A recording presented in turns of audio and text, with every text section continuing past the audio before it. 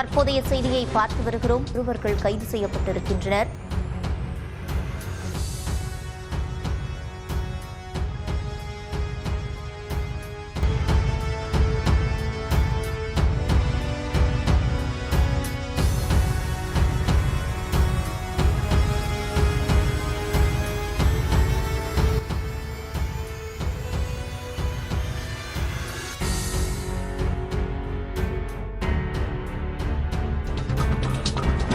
மெரினாவில் குதிரை சவாரி செய்த சிறுமிக்கு பாலியல் தொல்லை அளிக்கப்பட்டிருக்கிறது. தூத்துக்குடி கீழே அரசடி பகுதியில் போதை கும்பல் ஒன்று பெட்ரோல் பங்கை அரிவாள் உள்ளிட்ட ஆயுதங்களால் கொடூரமாக தாக்கிய சம்பவத்தில் சிசிடிவி காட்சியில் வெளியாகியுள்ளது.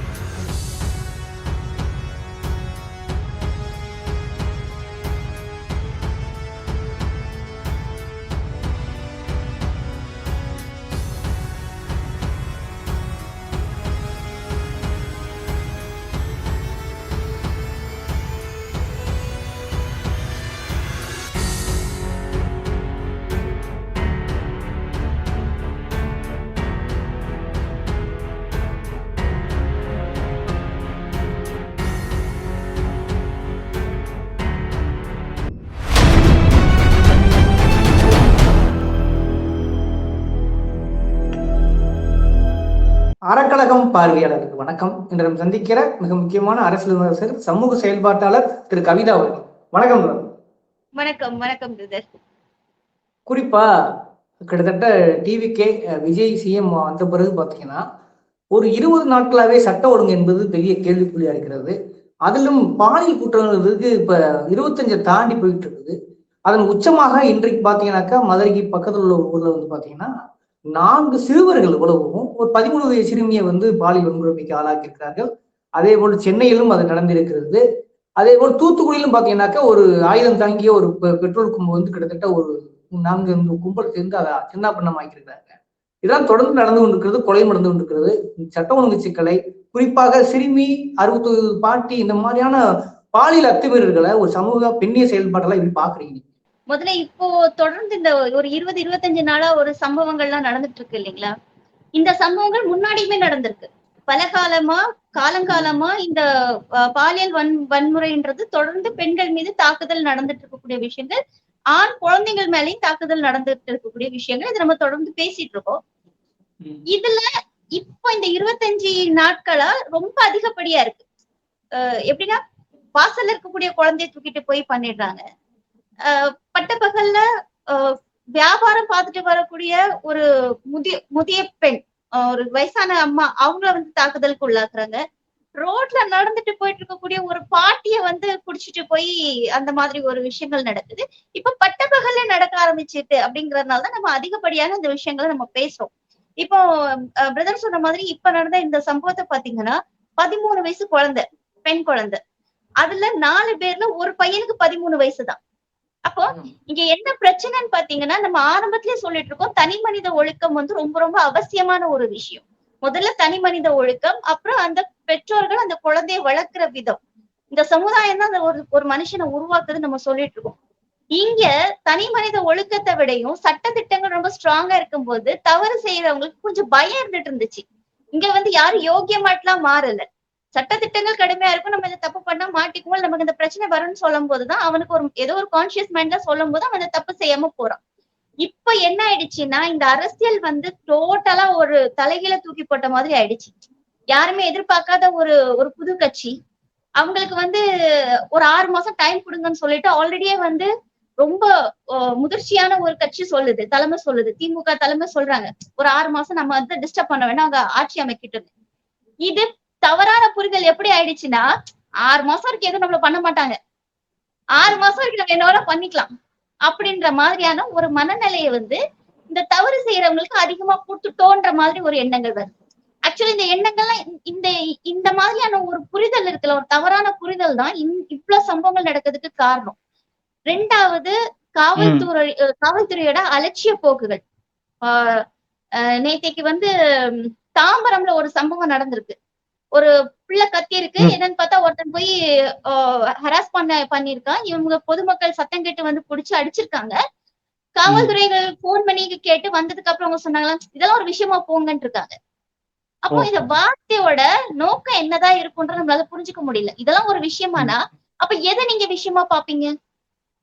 முன்னாடி நம்ம நைட்லாம் போனீங்கன்னா முக்கியமான இடங்கள்லயும் கொஞ்சம் இருட்டான பகுதிகள்லயும் காவல்துறையினர் வந்து கண்காணிச்சிட்டு இருப்பாங்க. நைட் 1 மணி 2 மணிக்கு போனாலும் காவல்துறைகள் இருப்பாங்க.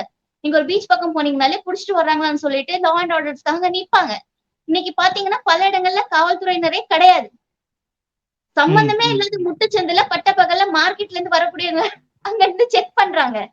அப்போ இன்னைக்கு வந்து சட்டதிட்டங்கள் ரொம்ப வந்து ஒரு ரொம்ப கேர்லெஸ்ஸா இருக்கிறதுனால இந்த மாதிரி சம்பவங்கள் நடந்துட்டு இருக்கு. இது நடக்காம பாத்துக்க வேண்டியது இது நம்ம யார்கிட்ட பதில் கேட்கறதுன்றது தெரியல தோழர். புரியுது. அதாவது கடந்த காலங்கள்ல இதே பிரச்சனைகள் வந்து மிகப்பெரிய அரசியலாக்கப்பட்டுச்சு. ஒரு புதருக்குள்ள போய் கழிவறைக்காக போனது தப்பா சிஎம் சார் அப்படிலாம் பயங்கரமா கொஸ்டின் பண்ணாரு. ஒட்டுமொத்தமா இந்த சட்ட ஒழுங்கு காரணமே சிஎம்ங்கிற மாதிரி காரணம் பண்ணாங்க. அது வந்து உண்மையிலேயே அரசியலா கூட சரி. ஏன்னா சட்ட ஒழுங்குங்கிறது சிஎம் கையில இருக்குங்கிறது. ஆனா நீங்க சொன்ன கூட பாயிண்ட் ஆஃப் வியூல பாத்தீங்கன்னா அதுக்கு ஒரு சமூக கூட்டு பொறுப்பு இருக்கு, தனி மனித ஒழுக்கம் இருக்கு. இன்னும் சொல்ல போனா ஒரு எஜுகேட் பண்ணாத சமூகமா இன்னும் இருந்து கொண்டிருக்கிறார்கள் அப்படிங்கிற ஒரு ஆணுக்கோ பெண்ணுக்கோ அது சமம் என்றுதான் கூட சட்ட ஒழுங்கு கிட்டத்தட்ட புதிதாக எந்த அரசு வந்தாலும் குறைஞ்சபட்சம் நிர்வாக திறன் ஒன்று இருக்கு இல்லைங்களா? குறிப்பாக இப்ப 2 நாளைக்கு முன்னாடி டிஜிபி புதுசா போட்டிருக்காங்க. அப்படி இருந்தும் கூட இப்ப திரும்ப திரும்ப கேட்கிற விஷயம் என்னன்னா, ஒரு வயதுக்கு வந்து 18 வயதுக்கு மேல வந்தவங்க அந்த பாலியல் துன்பங்கள் இந்த மாதிரி சிக்கல்ல இருப்பாங்கன்னா 13 பசங்களும் சின்ன சின்ன 13 12 பசங்கன்னா இது ஒரு வகையில ஏதோ ஒரு வகையில வந்து சினிமாவோட தாக்கமா இந்த மாதிரியான ஒரு சிக்கல் இருக்கு இல்லையா? சின்ன சின்ன வயசுகள்லாம் வந்து லவ் பண்ற மாதிரி படங்கள் வருது. ஏன் விஜய் படங்களோட அந்த மாதிரியான காட்சிகள்லாம் அதிகமா இருக்கிறது. இதுதான் காரணமா? இல்ல அந்த விசிலோட வீரியம் கூட பாத்தீங்கன்னா ஆட்சி அமைக்கிற அளவுக்கு ரீல்ஸ் போயிருக்குது. அப்ப இதெல்லாம் சேர்ந்துதான் இந்த மாதிரி விஷயங்களுக்கு ஏதோ ஒரு வகையில ஒரு காரணமா இருக்கா? நிர்பயா கேஸ் நம்ம யாருமே மறக்க மாட்டோம். 2012 நடந்துச்சு. ரொம்ப கொடூரமா அந்த குழந்தைய வந்து சித்திரவதை பண்ணி கொண்டாங்க. அன்னைக்கு நிறைய பேரோட கேள்வி என்னதான் இருந்துச்சுன்னா அந்த பொண்ணு ஏன் நைட்டு போச்சு? அந்த பொண்ணு அத்தனை பேர் பண்ணதுல ஒரு 3 பசங்க ஏதோ மைனர் பசங்க நினைக்கிறேன் அந்த டைம்ல 16 வயசு 17 வயசுக்கு கீழே உள்ள பசங்க 3 பேர் இருந்தாங்க அந்த கேங்ல. இப்போ ஆனா அதுக்கு நம்ம மொத்த இந்தியாவே குரல் கொடுத்துச்சு. நிர்பயாக்காக மொத்த இந்தியாவும் குரல் கொடுத்தது. அவங்களுக்கு வந்து தண்டனை கொடுத்தாங்க. மரண தண்டனை வரைக்கும் விதிச்சாங்க. தூக்குல போட்டாங்க. சோ இது எல்லாமே நமக்கு தெரியும். இன்னைக்கு நீங்க கேக்குற மாதிரி இந்த தனிநபர் ஒழுக்கம் இல்ல வந்து இந்த பான் வீடியோஸ் பாக்குறதுன்றது ஒரு பக்கம் அதிகமாயிடுச்சு. இந்த ஆட்சி எப்படி அமைஞ்சிச்சு? இந்த ஆட்சியில இவங்க வந்து பிரச்சாரம் பண்ணும்போது நாங்க தங்கச்சியாவும் இருப்போம், தேவைப்பட்ட பொண்டாட்டியும் இருப்போம்ன்ற அந்த வார்த்தைகள் வந்து இந்த சமுதாயத்தை எந்த இடத்துக்கு கொண்டுட்டு போயிருக்குன்றத நம்ம ஒண்ணு ஃபர்ஸ்ட் ரொம்ப மனசுல வச்சுக்கிறோம். ரெண்டாவது தாவேகாக்கு வாக்கு சேகரிச்ச இன்ஃபுளுசர் இன்ஃபுளுசர் சொல்றவங்க எல்லாமே அபத்தமான அசிங்கமான பான் சைட்ல வந்து விளம்பரப்படுத்துறவங்களும் அதுல 2-3 லேடிஸ் இப்ப பாத்தீங்கன்னா இப்ப வீடியோஸ்ல வந்துட்டு இருக்கு. 11 மணிக்கு மேல என்கிட்ட தனியா பேசுங்க, நீங்க நம்ம தனியா சந்திக்கலாம். நான் இப்ப டீசென்டான வேர்ட் சொல்றேன். ஆனா அந்த லேடி சொன்ன வார்த்தை வேற. அப்போ இது எல்லாமே குழந்தைங்க பாத்துட்டு இருக்காங்க. ரெண்டாவது எல்லார் கையிலயும் மொபைல் இருக்கு. ஒரு வீட்டுல 4 பேர் இருக்காங்கன்னா குறைஞ்சபட்சம் அந்த வீட்டுல ஒரு 5 to 6 மொபைல்ஸ் இருக்கு. எல்லா குழந்தைங்களுக்கும் ஒரு மொபைல் சேஃப்டிக்காக கொடுக்கப்பட்டிருக்கு. கொரோனாக்கு அப்புறம் வந்து பாடத்திட்டங்கள் எல்லாமே ஆன்லைன் கிளாஸஸ் ஆன உடனே எல்லா குழந்தைங்களுக்கு கையிலயும் இந்த மொபைல்ன்றது மஸ்ட்னு ஆயிடுச்சு. ஆனா இது எங்க போய் முடிஞ்சிச்சுன்னு பாத்தீங்கன்னா இன்னைக்கு ரொம்ப ரொம்ப தவறான அரச தேர்ந்தெடுக்கிறதுலயா இருக்கட்டும், தவறான புரிதல் வந்ததுலயா இருக்கட்டும், இது வந்து மொத்த சொசைட்டி கரெக்டா இருக்குன்னு தெரியுது. இன்னைக்கு நம்ம வந்து எல்லாரும் நீங்க தாவேக்காவை இங்க டார்கெட் பண்றீங்கன்னு கேட்பாங்க. இது நம்ம தாவேக்காவை டார்கெட் பண்றது இல்ல. யோசிச்சு பாருங்க, நீங்க வந்து தலைவரா தேர்ந்தெடுக்கப்பட்டவங்களுக்கு சில குவாலிபிகேஷன்ஸ் இருக்கு. நான் படிப்ப சொல்லல, அவங்களோட வேலைகளை நான் சொல்லல. நடிகர்கள் ஆண்டிருக்காங்க, நிச்சயமா நடிகர்கள் ஆண்டிருக்காங்க. ஏன் கலைஞருமே வந்து சினிமா ஃபீல்ட்ல இருந்து வந்தவர் தான். அவரும் கதாசிரியர் தான். எம்ஜிஆர் இருந்தாரு, ஜெயலலிதா அம்மா இருந்தாங்க, எல்லாருமே அதுலதான் இருந்தாங்க. ஆனா இந்த விஜய்க்கு இருக்கக்கூடிய அந்த ஒரு பேச்சு பாத்தீங்க அப்படின்னா அந்த ஸ்டேஜ்ல பேசின விதங்களா இருக்கட்டும், மனைவிய வந்து வார்த்தை இல்லைன்னு சொன்னதா இருக்கட்டும், அவங்க மனைவிய வச்சே தப்பா பண்ணும் போது கூட அவர் அதை வந்து தடுக்கல. அவங்க மனைவியோட புகைப்படத்தையும் முன்னாள் முதல்வருடைய புகைப்படத்தையும் அசிங்கமா அவங்க பரப்பும் போது அவங்க வந்து அதை தடுக்கல. அவருக்கு வாக்கு சேகரிச்சது அவர் யாருகிட்ட சேகரிச்சாரு? குழந்தைங்க கிட்ட சேகரிச்சாரு. நண்பா நண்பீஸ் குட்டீஸ்னு சொல்லிட்டு அவர் சேகரிச்சாரு. அப்போ உங்களுடைய உங்களை யாரு பாக்குறாங்கன்னு உங்களுக்கு தெரியுது இல்லையா? குழந்தைங்க தான் உங்களை பாக்குறாங்கன்னு தெரியுது. ஆனா நீங்க குழந்தைகளுக்கு என்ன சொல்லி கொடுத்தீங்க? மனைவிய வருத்து இல்லைன்னு சொல்லிட்டு மறுநாள் கேர்ள் ஃபிரெண்ட கூட்டிட்டு அவர் போறாரு. நேத்திக்கு வரைக்கும் போயிருக்கிறாரு. அப்ப இந்த சமுதாயத்தோட மனநிலை எந்த அளவுக்கு ஒரு கரெக்டா இருக்கு. இதோட பிரதிபலன்கள் தான் நம்ம இன்னைக்கு எல்லாருமே அனுபவிச்சுட்டு இருக்கோம். இன்னைக்கு சொல்ல போனா சேஃப்டின்றது 0 லெவல்ல இருக்கு. இன்னைக்கு ரோட்ல போறவங்களுக்கு சேஃப்டி இல்ல. என்கிட்ட பேசுறதுக்கு பயமா இருக்கு. வீடு வீடு புகுந்து திருட்டு கொள்ளைகள் நடக்கிறதா இருக்கட்டும். நான் இதுதான் சொல்றேன், முன்னாடியும் நடந்திருக்கு. ஆனா முன்னாடி நம்ம எப்பவாச்சும் ஒரு நியூஸ் கேட்கறதுக்கும் இப்ப நம்ம தொடர்ந்து நியூஸ் கேட்கறதுக்கும் அது நமக்கே மனநிலைமையில ஒரு பாதிக்கிற மாதிரி இருக்கு. இப்ப பிரதர் சொல்லும்போது சொன்னீங்க புதருக்குள்ளாங்க. நான் சொல்றேன், அண்ணா யூனிவர்சிட்டி கேஸ் நடக்கும்போது அந்த பொண்ணு நைட்டு 9 மணிக்கு போய் பாய் ஃப்ரெண்ட்ஸோட போய் தான் மாட்டிக்கிச்சு. அப்போ நம்ம என்ன சொல்றோம், இந்த தனி மனித சுதந்திரம் இருக்கு. நீங்க அதை பாதுகாப்பா இது பண்ணுங்க. கோயம்புத்தூர்ல அந்த இருட்டுல போய் அந்த ஒரு பொண்ணு இது பண்ணிட்டு கேங் ரேப் பண்ணிட்டு போனாங்க. இதுக்கெல்லாம் குரல் கொடுத்த சோகால் பெண்ணியவாதிகள், பெண்களுடைய பாதுகாவலர்கள் இன்னைக்கு எல்லாருக்கும் மவுத்ல ஜிப் பண்ணிட்டு உட்கார்ந்து இருக்கிறாங்க. ஏன்னா இன்னைக்கு பேச முடியல. இப்ப என்னாலுமே இப்ப நான் ஒரு செய்தி பேசிட்டு இருக்கும் போது அடுத்த ஒரு செய்தி வந்துட்டு இருக்கு. ஒரு செய்தி பேசிட்டு இருக்கும் போது அடுத்த செய்தி வந்துட்டு இருக்கு. எதை பேச எதை விட இது ரொம்ப நார்மலைஸ் ஆயிடுச்சு. எப்படி தவறான உறவு ரொம்ப நார்மலைஸ் பண்ணாங்களோ, எப்படி கட்டின மனைவியும் பெத்த பிள்ளையும் பார்க்காதவனை ஒரு தலைவனா ஆக்குறத நார்மலைஸ் பண்ணாங்களோ, எப்படி மக்களுக்காக புரிதலே இல்லாம என் தலைவர் பாவம் எல்லாத்தையும் விட்டுட்டு எங்களுக்காக வந்திருக்காருன்ற ஒரு பிம்பத்தை நார்மலைஸ் பண்ணாங்களோ, இப்ப ரேப்பையும் மர்டரையும் நார்மலைஸ் பண்ணியாச்சு. உங்களுக்கு பேசுறதுக்கான நேரமே கொடுக்காம கிரைம்ஸ் நடந்துட்டு இருக்கு. இப்ப என்ன சொல்றாங்க, எதிர்கட்சி சதின்னு சொல்றாங்க. இப்ப அது வரைக்கும் கொண்டு விட்டுட்டு நிக்கிறாங்க. இப்ப நம்ம எல்லாருமே அதை பார்த்து வேடிக்கை தான் பார்க்க வேண்டிய சூழ்நிலையில இருக்கும். இன்னொரு விஷயம் பார்த்துருப்பீங்க, அவங்க இன்ஃபுளுசர் கூட பாத்தீங்கன்னா பெரும்பாலும் இன்ஸ்டால இருக்காங்க. அந்த கிரீஸ்ன்ற கூட பாத்தீங்கன்னா இப்ப கைது செய்யப்பட்டிருக்காங்க. அந்த பான் வீடியோ மாதிரி போட்டு அவங்களுக்கும் கைது செய்யப்பட்டிருக்காங்க நினைக்கிறேன். அப்ப ஓட்டு கட்டவங்களே அந்த மாதிரி நபரா இருக்கும்போது ஒருவேளை அதன் தாக்கத்தின் நீட்சி தானா இந்த மாதிரியான சிக்கல்கள்? நிச்சயமா அதுதான் சொல்றோம். இப்போ நான் சொல்லிட்டு இருப்பேன். அதை இப்ப இந்த இன்ஃபுளுசர்ஸ் இருக்காங்கல்ல, இவங்க எல்லாம் பாக்குறது பாத்தீங்கன்னா நிறைய வீட்டு பெண்களும் குழந்தைகளும் அதிகமா பாக்குறாங்க. நம்ம என்ன நினைக்கிறோம், அவங்க ரொம்ப டீசெண்டா ட்ரெஸ் பண்ணிருக்காங்க. ஆனா வார்த்தைகள்லாம் எந்த மாதிரியானது இருக்கு. இப்ப கிறிஸ்டியன் டாஷா இருக்கட்டும், இன்னும் சில பல கப்பல்ஸா இருக்கட்டும், அவங்க எலெக்ஷன் அன்னைக்கு அவங்க ட்ரெஸ் எல்லாம் மாட்டிக்கிட்டு அந்த யூனிஃபார்ம்ல போய் ஓட் பண்ணிட்டு வந்ததா இருக்கட்டும், நீங்க தாராளமா சப்போர்ட் பண்ணுங்க. உங்களுக்கு ஒருத்தரை பிடிச்சிருக்கோம், தவறு இல்ல. ஆனா இப்ப என்ன சொல்றாங்க, நாங்க இன்ஃபுளுசர்ஸே இல்லன்னு சொல்றாங்க. நாங்க கட்சியே இல்லைன்றாங்க. அப்போ நீங்க எல்லாத்துக்கும் பொறுப்பெடுக்கக்கூடியவங்க இதுக்கு பொறுப்பு எடுத்துதானே ஆகணும். இப்ப நான் ஒரு ஓட் பண்றேன் பிரதர், நான் அந்த ஓட் நான் யாருக்கும் பண்றேன்னு அதை வெளிக்காட்டவே இல்லைன்னா இந்த மக்கள் என்கிட்ட கேள்வி கேட்க போறது இல்ல. ஆனா என்னுடைய முகநூல் பக்கத்துல ஐ பிலாங்ஸ் டு திராவிடியன் ஸ்டாக்னு போட்டுட்டு நான் டிஎம்கேக்கு தான் ஓட் போட்டேன் நான் ஓப்பனா சொல்லிட்டு, நாளைக்கு டிஎம்கே கட்சியில இருந்து ஒரு தவறு நடந்தா அது என்கிட்ட கேள்வி கேட்டா அதுக்கு மரியாதையா பதில் சொல்ல வேண்டிய இடத்துல நான் இருக்கேன். அப்போ ஒரு தலைமை தப்பு செஞ்சாலும் நம்ம அதுக்கான கேள்வி கேட்கிற இடத்துல இருக்கிறோம். இதுதான் இவ்வளவு நாள் நம்ம செஞ்சுட்டு அரசியலும் நம்மளுக்கு கத்துக் கொடுக்கப்பட்ட மரியாதையும். ஆனா அது அத்தனையும் சுக்குநூற உடைக்கப்பட்டிருக்கு. தாவேகான்னு ஒரு கட்சி வந்ததுக்கு அப்புறம் எல்லாமே கரப்டடா இருக்கு. மனநிலை இப்ப என்னன்னா, யார் என்ன வேணா தப்பு பண்ணிக்கோங்க, நம்ம அண்ணன் இருக்கிறாரு பாத்துப்பாரு அப்படின்ற எல்லாரும் ரீல்ஸ் போடுறதுல பிஸியா இருக்காங்களே தவிர, ஒண்ணு ரீல்ஸ் போடணும், இன்னொன்னு சோஃபா செலக்ட் பண்ணணும். சோ அவங்க பர்ச்சேசிங்ல ரொம்ப பிஸியா இருக்காங்க, ஷூட்டிங்ல பிஸியா இருக்காங்க. லா அண்ட் ஆர்டர்லாம் குப்பையில கிடக்கு. அவ்வளவுதான் வித்தியாசம். அப்ப தவறுகள் நடக்கும். ஓகே. ஆனா என்னன்னா, டிஜிபி புதுசா டிஜிபி மகேஷ் குமார் அகர்வால் ஒருத்தர் நியமிக்கப்பட்டிருக்காங்க. இன்னொன்னு சிங்கப்படைங்கிறது கிட்டத்தட்ட இன்னும் 2-3 நாள் லான்ச் ஆயிரும் சொல்றாங்க. அப்ப இது ஏதோ ஒரு வகை குறைஞ்சபட்சம் ஒரு முன்னெடுப்பு தானே. ஒரு அனுபவமின்மையின் விளைவாக கொஞ்சம் அஜாக்கிரதை இருந்திருக்காங்க. இப்ப கொஞ்சம் அந்த ஸ்டெடிக்கு வந்துட்டாங்க அப்படின்னு எடுத்துக்க முடியாதா? எங்க இருக்கு சிங்கப்படைகள்? சிங்கப்பெண் படைகள் 1989லயா 90லயா என்னமோ கலைஞர் அவர்கள் மகளிர் பெண் காவலர்களை கொண்டு வந்தாங்க. பெண் காவலர்களை நியமிச்சாங்க. அடுத்த பீரியட்ல ஜெயலலிதா அம்மா வந்த உடனே மகளிர் காவல் நிலையத்தை வச்சாங்க. இவங்க ஸ்டிக்கரை மட்டும் ஒட்டிருக்காங்க.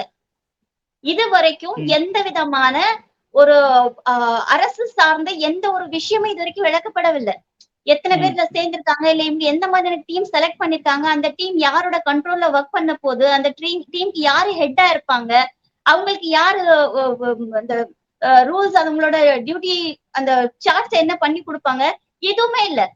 சும்மா சினிமால டைலாக் பேசுற மாதிரி நாங்க என்ன சிங்கப்பெண் படைகள் நாங்க வைப்போம் அப்படின்னு யூனிஃபார்ம் கலரை மட்டும்தான் செலக்ட் பண்ணிருக்காங்க. இதுக்கு மேல வேற எதுவுமே அவங்க செலக்ட் பண்ணவே இல்லை. ரெண்டாவது அதோட அரசு விழா முந்தா நாள் இருந்தது, அதையுமே முதல்வர் வந்து கேன்சல் பண்ணிட்டு அவருடைய நண்பர் வீட்டு விசேஷத்துக்கு போயிட்டாரு. அப்போ இங்க வந்து எல்லாமே நாம்கே வாஸ்தே இருக்க தவிர ஒரு விஷயத்த கூட செயல் வடிவத்துல கொண்டுட்டு வரவே இல்லை. இதுல இன்னொரு விஷயம் நம்ம தொடர்ந்து இப்ப இது பாலியல் குற்றச்சாட்டுகள் மட்டும் பேசிட முடியாது. ஒரு 2-3 கொலைகளோட எண்ணிக்கையும் கூட்டிகிட்டே போயிருக்கு. ஆலங்குளத்துல பார்த்திருப்பீங்க. ஒரு 12 பேர் கொண்ட கும்பல் வந்து ஒரு பெரிய அளவுக்கு பிரச்சனை பண்ணி அது இன்னைக்கு லான்ற பிரச்சனை உச்சபட்சமா நிக்குது.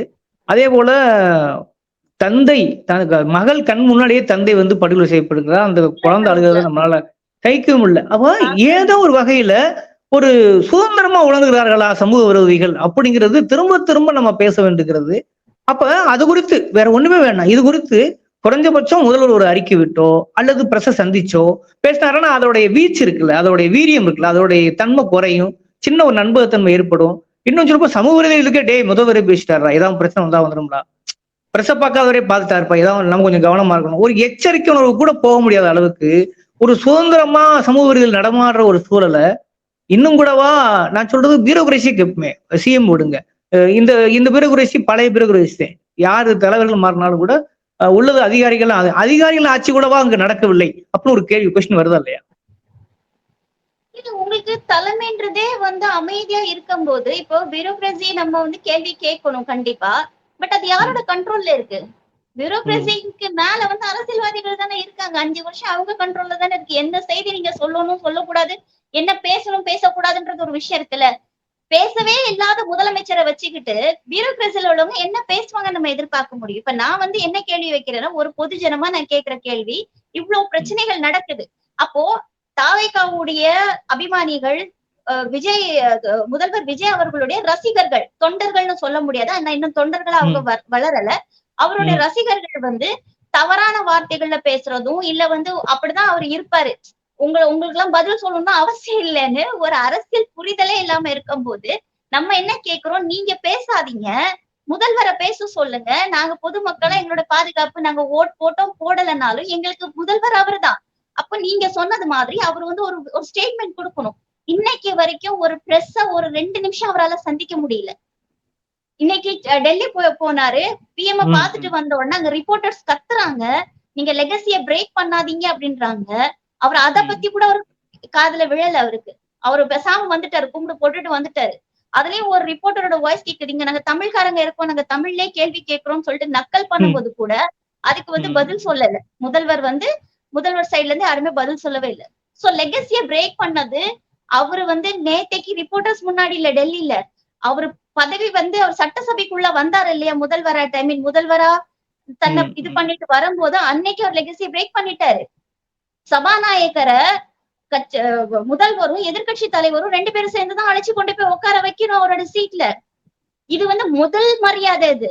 ஆனா உதயநிதி ஸ்டாலின் அவர்கள் கூப்பிட அவர் எந்திரிச்சே வராம செங்கோட்டையின் கைய பிடிச்சு கூட்டிட்டு போய் உட்கார வைக்கிறாரு. அங்கேயே அவர் லெகசிய பிரேக் பண்ணிட்டாருங்க. ஒரு முதல்வர் ரூல்ஸே மீறிட்டாரு, சட்டசபையை அவமானப்படுத்திருக்காரு. இன்னைக்கு வரைக்கும் யாருமே அதை பத்தி பேச மாட்டேன்றாங்க. இன்னைக்கு வந்து நாங்க வந்து வெளியே இருந்து நாங்க வந்து சப்போர்ட் பண்ணுவோம்னு சொல்லிட்டு போனவங்க இன்னைக்கு மந்திரி சபையில பதவி வாங்கிட்டு இருக்கக்கூடியவங்க கூட அதை பத்தி வாயை திறந்து பேச மாட்டேன்றாங்க. இத்தனை வருஷம் அரசியல் எடுத்தாங்க. விஜய்க்கு தெரியாது, விஜய் கட்சி ஆரம்பிச்சு 2 வருஷம் ஆச்சு, அவர் இன்னைக்கு முதல்வர் ஆயிட்டு நேர சட்டசபைக்குள்ளே போயிருக்காரு. அதுக்கு முன்னாடி ஒரு சட்டசபைக்குள்ள என்ன நடக்கும்னு கூட அவருக்கு தெரியாது, பாவம். நம்ம ஒரு குறை சொல்லல.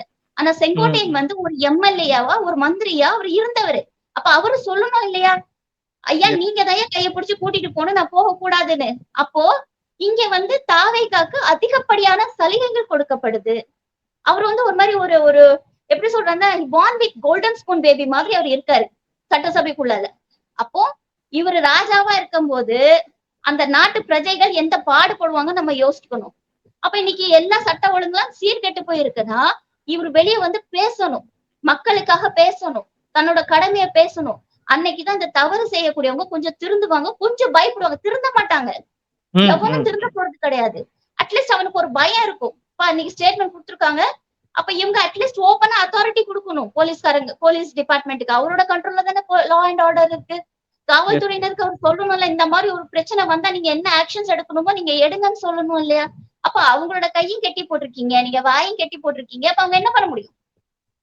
இதுதான் நடக்குது. இதுல இன்னொரு விஷயம் புரிஞ்சுக்க வேண்டியது, இது ஒரு பக்கம் சட்ட ஒழுங்கு ஒரு கேள்விக்குள்ளானா, அரசியல் ரீதியாக அவர் தெளிவா இருப்பது தெரிகிறது. அதிமுக உடைச்சு கிட்டத்தட்ட 5 எம்எல்ஏ இந்த பக்கம் வந்துட்டாங்க. அந்த விஷயம் ஒரு பக்கம் போயிட்டு இருக்கு. அதுல கொஞ்சம் கான்சியஸாவும் கவனமா இருக்க மாதிரி தெரியுது. அப்ப அது முக்கியம். ஆட்சியை தக்க வைத்துக் கொள்வதில் விழிப்புணர்வு இருக்கிறார்கள். ஆனா சட்ட ஒழுங்கில் மட்டும்தான் சட்டை செய்யாமல் இருக்கிறார்களா? அதை எப்படி சேர்த்து புரிஞ்சுக்கிறது? இல்ல அதுலயுமே முதல்வர் விஜய் அவர்களுடைய தலையீடு கிடையாது. நல்லா பாத்துக்கிட்டீங்கன்னா அதிமுகல ரெசிக்னேஷன் கொண்டு போய் கவர்னர் கையில குடுத்துட்டு அப்படியே போய் ஆதவ அர்ஜுனாவை தான் பாக்குறாங்க. இன்னைக்கு மனுக்கள் வாங்குறது ஆதவ அர்ஜுனா அவர்கள் தான் வாங்கிட்டு இருக்காரு. இன்னைக்கு மேடை போட்டு பேசுறது ஆதவ அர்ஜுனா அவர்கள் தான் பேசிட்டு இருக்காரு. எல்லா மேடைகள்லயும் தேர்தலுக்கு முன்னாடியுமே பேசுறது ஆதவ அர்ஜுனா தான் பேசினாரு. இன்னைக்கு நிழல் முதல்வர் ஆதவ அர்ஜுனா கிடையாது. என்கிட்ட கேட்டீங்கன்னா இன்னைக்கு நிழல் முதல்வர் விஜய் ஆட்டும் முதல்வராட்டு ஆதவ அர்ஜுனா தான் செயல்பட்டு இருக்காரு. அப்ப இவர்கிட்ட கேட்கிற கேள்வி அவர்கிட்ட கேட்டா அவரு கூட வாயை திறந்து பதில் சொல்லுவாரு. அவர் பேசிட்டு தான் இருக்கிறாரு. இந்த கட்சியை உடைக்கிறது இந்த பிசினஸ் எல்லாம் இவர் பாத்துட்டு இருக்கிறாரு. ஆதவ அர்ஜுனா அவர்கள் பாத்துட்டு இருக்கிறாரு. முதல்வர் அவர்கள் இந்த சீட்ல உட்கார்ந்துருக்காரு. ஏன்னா இந்த எலெக்ஷனுக்கு முன்னாடி அவர் பிரச்சாரத்துக்கு வரும்போது மதுரை கிழக்கு விஜய், மதுரை மேற்கு விஜய், மதுரை விஜய், திருமங்கலம் விஜய் அப்படின்னு பேசினாரு. அப்ப எல்லா மக்களும் ஓட்டு போட்டது தான் எதுக்காக ஓட் பண்றோம், என்ன ரீசனுக்காக நம்ம ஓட்டை மாத்தி பண்றோம், நம்மளுடைய எம்எல்ஏ யாரு, அந்த எம்எல்ஏட பேக்ரவுண்ட் என்ன, அவன் எந்த நிலைமையில வந்திருக்கா எதுவுமே பார்க்காம விஜய்க்காக மட்டுமே மக்கள் ஓட் போட்டாங்க. இன்னைக்கு அதான் சொல்றாங்க. அப்ப விஜய்க்காக மட்டுமே மக்கள் ஓட் போட்டாங்கன்னா அவரு கோட் சூட் போட்டுட்டு சூப்பரா ஜம்முன்னு உட்காந்துட்டு போறாரு. அவருடைய வேலையை அவர் கத்துக்கிட்டு இருக்காரு. ரசிச்சுக்கிட்டு இருக்காங்க மக்கள். அவ்வளவுதான். ஆனா அந்த பெண்களை இப்ப ஓட்டு போட்ட பெண்களே விஜய் அண்ணா உங்களுக்கு தான் நம்பி ஓட்டு போட்டோம், நீங்க வீதிக்கு வாங்க, அல்லது வீடடிக்கிறாங்க வாங்க, என் குழந்தை கடல் வந்துருச்சு பார்க்க வாங்க, நீங்க சினிமாவில மாதிரி பயங்கரமா எல்லாத்தையும் காப்பாத்தீங்க, அது மாதிரி நீங்க நேரம் பண்ணி காட்டணும் அப்படிலாம் பெண்களே பேசுறாங்கல்ல பெரும்பாலும். கரூர்ல 41 உயிர்கள் செத்த போது எல்லாருமே நம்ம அழுதோம். எல்லாருமே வருத்தப்பட்டிருப்பாங்க. அன்பில் மகேஷ் அண்ணாலாம் அப்படி அழுதாரு அவரு. அதையே மாக் பண்ணி இவனுங்க மூவிஸ்லயே கொஞ்சம் டயலாக் வச்சானுங்க. ஏன்னா 1.5 வயசு குழந்தை தாடை உடைஞ்சு நெஞ்சு எலும்பு உடைஞ்சு அந்த குழந்தை சாகும் போது அந்த செத்த வலி ஒரு பக்கம், அந்த குழந்தையோட அம்மாவுக்கு வாய் பேச முடியாது, ஊமா அவங்களுடைய பரிதவிப்பு என்னைக்கு மறக்காது. அப்போ இவ்வளவு நடந்ததுக்கு அப்புறமும் என் பிள்ளை செத்துட்டு போட்டுங்க, விஜய் நல்லா இருந்தா போதும்னு சொல்ற அளவுக்கு ஒரு மனநிலைமைய ஒரு கல்ட்டை விஜய் உருவாக்கி இருக்காருன்னா இந்த சொசைட்டி எப்படிப்பட்டதா இருக்கும்? சுதந்திரம் கிடைக்கும் போது அவனுக்கு சோத்துக்கு வழி இல்லாம இருந்த காலங்கள் இது. அன்னைக்கு திராவிடர் கழகம் ஒரு இயக்கமா செயல்பட்டு தேர்தல் களத்தை சந்திக்கணும்னு சொல்லிட்டு திமுக 10 வருஷம் கழிச்சு அவங்க ஆட்சிக்கு வர்றாங்க. எம்எல்ஏ ஆட்டு எம்பி மந்திரிகளாட்டு அவங்க இன்னைக்கு இவ்வளவு தூரத்துக்கு செயல் திட்டங்கள் பண்ணாங்க. அவங்களுக்கு ஒரு காரணம் இருந்துச்சு. விஜய் அரசியல் வர்றதுக்கு என்ன காரணம் இருந்ததுன்னு யாருக்குமே தெரியல. 200 கோடி ரூபாய் வருமானத்தை விட்டுட்டு நான் வந்தேன்னு சொன்னோன்னு இந்த மக்கள் எல்லாமே, ஆனா உண்மையா சொல்றேன் கேளுங்க, அது ரூட் மாஃபியான்னு சொல்றாங்க. அவ்வளவுமே விளம்பர நடிகர்கள் நடிகைகள் ஒரு வீடியோ போடுறதுக்கு உங்களுக்கு 5000 ரூபாயில இருந்து பல லட்சங்கள் அவங்களுக்கு ஃபாலோவர்ஸை பொறுத்து உங்களுக்கு காசு கொடுக்கப்பட்டிருக்கு. அப்ப இவங்க எல்லாம் என்ன பண்ணிருக்காங்க அப்படின்னா, இந்த புலிகேசில சொன்ன மாதிரிதான், வித்தவனுக்கு தான் அறிவு இல்ல, விக்க விட்ட எனக்கு தான் அறிவு இல்ல, அப்ப நீங்க எல்லாம் காரியக்காரங்கன்னு சொல்லிட்டு ஒரு புலிகேசில ஒரு டைலாக் சொல்லுவாரு வடிவேலு. அந்த மாதிரிதான் ஆயிடுச்சு. இவங்க எல்லாம் காரியக்காரங்க. அப்ப இவங்க எல்லாம் நடிச்சு நான் என்ன சொல்றேன், 200 கோடி ரூபாய் விட்டுட்டு எதுக்கு நீங்க வந்தீங்கன்னு நான் 3 வருஷமா கேள்வி கேட்கிறேன் விஜய் கிட்ட. ஐயா நீங்க சொல்லுங்க சாமி, நீங்க அரசியல் வர்றதுக்கு உங்களுக்கு அப்படி என்ன கஷ்டம் வந்துச்சு, நீங்க எங்க பாதிக்கப்பட்டீங்க சொல்லுங்க, நான் உங்களுக்கு ஓட் பண்றேன்னு நான் சொல்றேன். அப்ப 200 கோடி ரூபாய் விட்டுட்டு வந்தேன், நான் உச்சத்துல இருந்து நான் விட்டுட்டு வந்தேன், இங்க பொண்டாட்டி பிள்ளைன்னு தான் விட்டுட்டு வந்தீங்க, அம்மா அப்பாவை தான் சேர்த்துக்காம நீங்க வந்தீங்க. பட் இங்க என்ன நடந்துட்டு இருக்குன்னா, இன்னைக்கு ஓட் போட்டு இவருக்கு கவர்னருக்கு போய் சரியா லெட்டர் கொடுக்க தெரியாம இருக்கும் போது இதே அழகாதான், எங்க அண்ணன் எங்களுக்காக வந்தாரு, அவரை ஆட்சி அமைக்க விடாம நீங்க இப்படி எல்லாம் கஷ்டப்படுத்துறீங்களே, நீங்க எல்லாம் நல்லா இருப்பீங்களான்னு மண்ணள்ளிதான் போடல. அப்போ இங்க அரசியல் மக்களுக்காக ஆரம்பிக்கப்பட்ட அரசியல, மக்கள் தன்னோட தேவைக்காக ஏத்துக்கிட்ட அரசியல்ல இன்னைக்கு எங்க உருமாறி இருக்குன்னா, ஒரு தனி மனிதனுக்காக மக்களே குரல் கொடுக்குற மாதிரி, ஒரு ஜோம்பி மாதிரி. அவருக்கு நல்லா இருக்கணும், அவரு எங்களுக்கு வந்தா போதும், இப்ப கூட வந்துச்சு சிலிண்டர் வேண்டாம், எங்களுக்கு 2500 ரூபாய் பணம் வேண்டாம். அப்ப நீங்க என்ன எதிர்பார்க்கறீங்க முதல்வர் கிட்ட இருந்து? உங்களுடைய வாழ்வாதாரத்துக்கு எதுவுமே நீங்க வேண்டாம்னா நீங்க அவரோட சினிமாவே வச்சுட்டு போயிருக்கலாமே, எதுக்கு நீங்க முதல்வர் சீட்ல கொண்டு உட்கார வச்சீங்க அப்படின்றது எங்களை மாதிரிப்பட்டவங்களுடைய கேள்வியா இருக்கு. ஓகே, கடுமையான விமர்சனங்களை முன் வச்சுக்கிறீங்க, அது அப்படியே மக்கள் பார்வைக்கு விட்டு விடுகிறேன். இந்த விவாத சூழலில் அறக்களத்துக்காக இவ்வளவு நீண்ட நேரம் ஒதுக்கி நன்றி.